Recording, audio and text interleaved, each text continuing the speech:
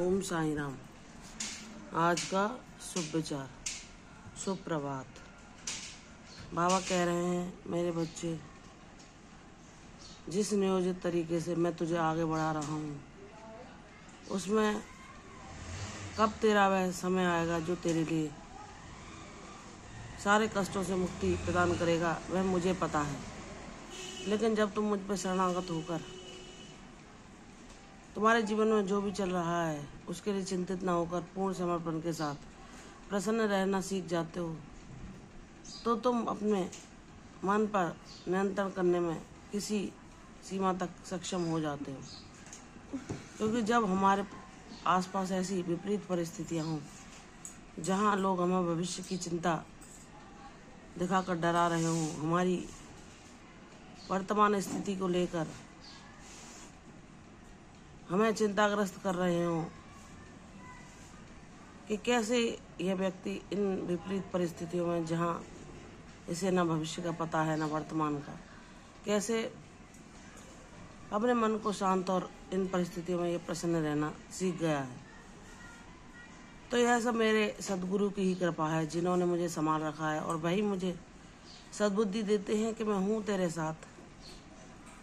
मैं मानता हूँ भक्ति का मार्ग सरल नहीं, जो इस पर चलता है मैं ही उसे चलाता हूँ, मैं ही सबके जीवन का नियंत्रण करता हूँ। किसे किसो ले जाना है सब मेरी मर्जी पर निर्भर होता है, क्योंकि हमारे जीवन में जो कुछ भी होता है वह परम ब्रह्म परमात्मा की मर्जी होती है। उनकी इच्छा के बिना कुछ भी नहीं होता।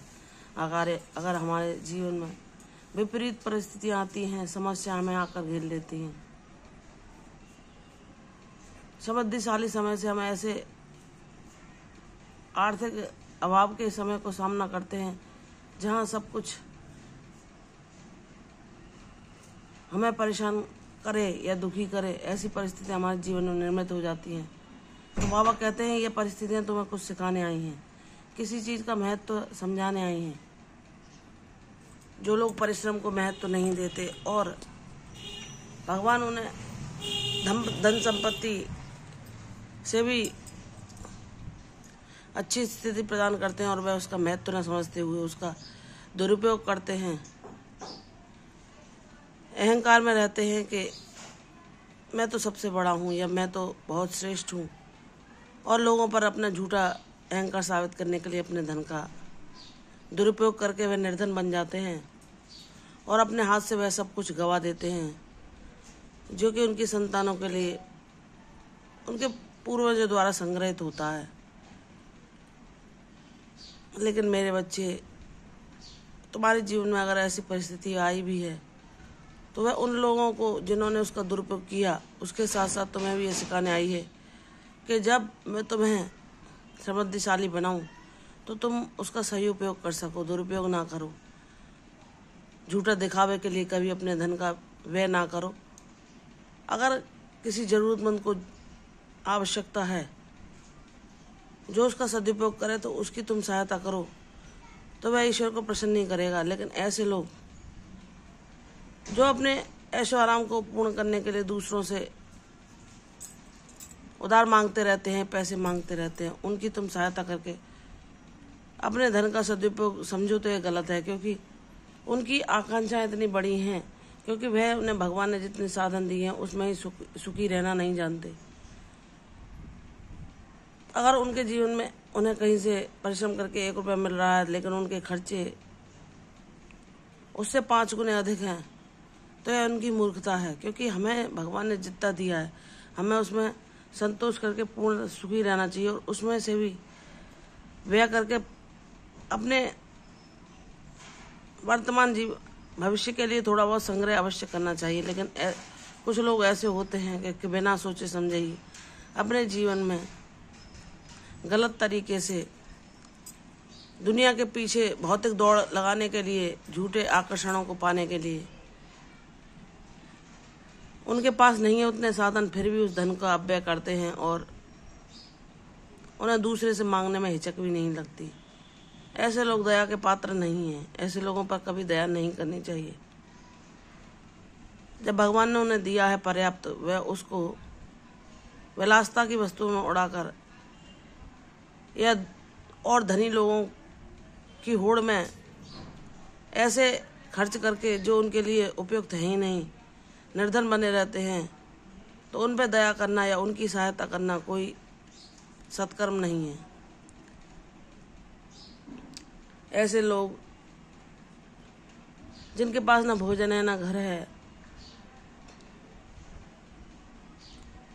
और वे अपने जीवन में ईश्वर की दया पर निर्भर हैं, अगर ऐसे लोगों के लिए तुम अन्नदान करते हो या उनकी कुछ सहायता कर पाते हो, या कोई तुमसे आशा भरी निगाहों से देख रहा है और उसे तुम्हारी सहायता की आवश्यकता है, तुम्हारी अंतरात्मा कह रही है कि तुम्हें इसकी सहायता करनी चाहिए, तो ऐसे लोगों की अगर तुम अपने धन से या अपने कर्मों से सहायता कर दो तो वह कर्म तो तुम्हारा सत्कर्म ही कहा जाता है। बाबा कहते हैं, मेरे बच्चे, मैंने तुम्हें ज्ञानवान बना दिया है कि जब मैं तुम्हें समृद्धिशाली बनाऊं तो तुम उस धन को संभाल सको, उसको सही जगह पर लगा सको, और तुम्हारे जीवन में जो समस्याओं के अंधकार ने तुम्हें घेर लिया उससे मुक्ति पाकर तुम्हारे जीवन में मैं शांति और जो सुख का सवेरा लाऊं, उसको तुम अपने जीवन में उस प्रकाश को सदैव स्थिर पा पाओ। इसके लिए तुम्हें सद्बुद्धि को अवश्य धारण करना पड़ेगा। तुम्हारे बच्चे भी इन परिस्थितियों से जो तुम्हारे जीवन में हैं बहुत कुछ सीख गए हैं, और अब तुम्हें मैंने इतना समझदार बना लिया है कि कोई भी तुम्हें गलत बातों में फंसाकर तुम्हें मूर्ख नहीं बना सकता। इसलिए मेरे बच्चे, समझदार बनो ताकि मैं तुम्हें जो दूंगा उसे तुम संभाल सको। तुम्हारे जीवन पर पूर्ण मेरा नियंत्रण है। तुम जैसा जीवन चाहते हो, शांतिपूर्ण, कि तुम्हारा मन भी तुम्हारे नियंत्रण में रहे, इधर उधर ना भटके, और तुम ईश्वर के लीला गुणगान में ही, उनके ही कार्यों में तुम्हें जीवन का ऐसा उद्देश्य मिले जिन कर्मों को करने से तुम्हारे अंतःकरण को, चित्त को भी शांति मिले, तो वही मैं तुम्हारे लिए करूँगा। मैं तुम्हारे जीवन में ऐसी ही लीला करूँगा जो तुम चाहते हो वैसा ही तुम्हारा जीवन हो।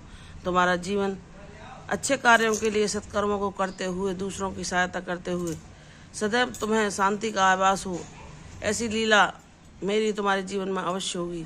तुम्हें ऐसे ही लोगों का साथ मिलेगा जो तुम्हें तुम्हारे उद्देश्य की ओर ले जाएंगे, तुम्हारी सहायता करेंगे इन समस्याओं से बाहर निकलने में, और तुम उस आध्यात्मिक सफर में आगे बढ़ोगे जहाँ भक्ति, शांति, प्रसन्नता सदैव तुम्हारे साथ रहेगी, जो तुम्हारे गुरु का आशीर्वाद है। तुम्हारा मेरा आशीर्वाद तुम्हारे जीवन में सदैव बना रहेगा। तुम मेरा साथ चाहते हो तो वह मैं तुम्हें दूंगा। तुम चाहते हो कि बाबा मेरे जीवन में सदैव आपका नियंत्रण रहे, आप ही मेरे माता पिता गुरु बनकर सदैव मेरा साथ निभाना, तो यह तुम्हारी इच्छा अवश्य पूर्ण होगी, तुम्हारा जीवन सार्थक होगा। मैं तुम्हें विश्वास दिलाता हूँ।